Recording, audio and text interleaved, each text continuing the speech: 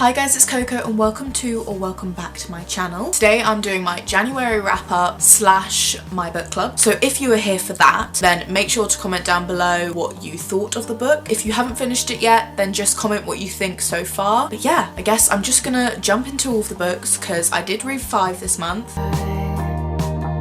So the first book that I read in January 2019, well, just 2019 in general, was Children of Blood and Bone by Tomi Adeyemi. This is the book that I chose for my book club. I hope you got to read it. If you didn't, obviously don't worry. So this book is a young adult fantasy and it's got themes of magic and war, also friendship and romance, so a lot of things happen in this book. I won't lie, I did actually get nightmares about this, which is strange because I haven't had a nightmare in years. This dream was pretty clear where it came from because it was very bloody and gory, just like this book. Didn't stop me from reading it. There were so many twists and turns. I swear, once they had gotten over one problem, they were straight onto another one. But I really enjoyed there being a very strong female lead character, but also when the romance fed into that, it wasn't overpowering and it didn't detract from the great things that she was doing, if that even makes any sense. Probably doesn't. Personally, really loved this book and I think there's a sequel coming, and if there is a new one, I will be sure to read it and I hope you do as well. So yes, if you're in the book club and you enjoyed this book, tell me down below why, and if not, again, tell me why. But I think this was a great start to the year. The second book that I read was so good. Oh my god, like I loved this book. It's called Scythe by Neal Shusterman. This is again another young adult book, but it's a dystopia this time. The whole concept of this book I just thought was incredible. Basically, we're in the future and the human race is so far advanced that people don't die. So things called scythes are employed by the human race to kill people.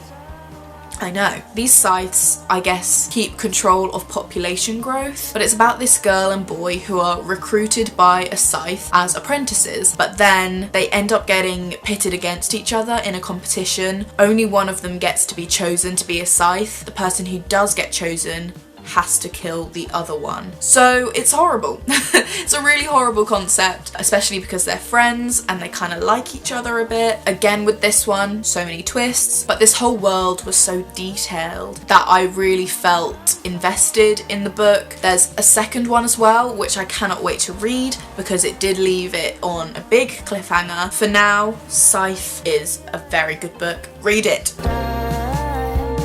Next up, we've got a book which has been turned into a film, and I actually watched the film before I read the book, which is unheard of for me. This time it just didn't happen. I don't know why, but it did. It is To All the Boys I've Loved Before by Jenny Han. I think the reason I watched it before I read it was because everyone was raving about it, and I don't know if that influenced what I thought about the book. I did have differing feelings towards the Peter in the movie and the Peter in the book. Maybe that's because Noah Centineo is an attractive young man. But I'm not gonna lie, in this book, Peter annoyed me a little bit. Only a little bit. There were just some things that he did or said that I'm not so sure about, and Lara Jean didn't like stick up for herself on some things, which annoyed me. It was a very easy read, something that you could kind of just fly through within a couple of days, but it still had a really nice story to it. I think Lara Jean is a very relatable character. Having started the second book, I actually prefer that one so far, maybe because it's a completely new story to me and I haven't seen a movie version of it. To All the Boys I Loved Before was a good book.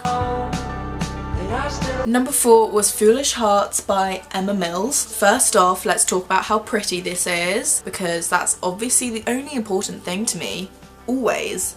Besides it being a gorgeous book, it was also a very nice story. This was a contemporary romance novel. I feel like not much actually happened. There was no like huge event that shocked me, so I don't know. I wasn't super excited by this book, but I also don't regret reading it. I loved how this book book didn't just touch on a romantic relationship, it also touched on friendships as well, so that was nice to see. It also had some LGBTQ plus relationships, which was nice to see diversity as well. I think the main thing that I thought was kind of weird, the main boy in this story, he kind of just came out of nowhere without any backstory. It kind of just happened and I didn't get invested into the characters that much, but still great, and you know what, I don't care because it looks pretty.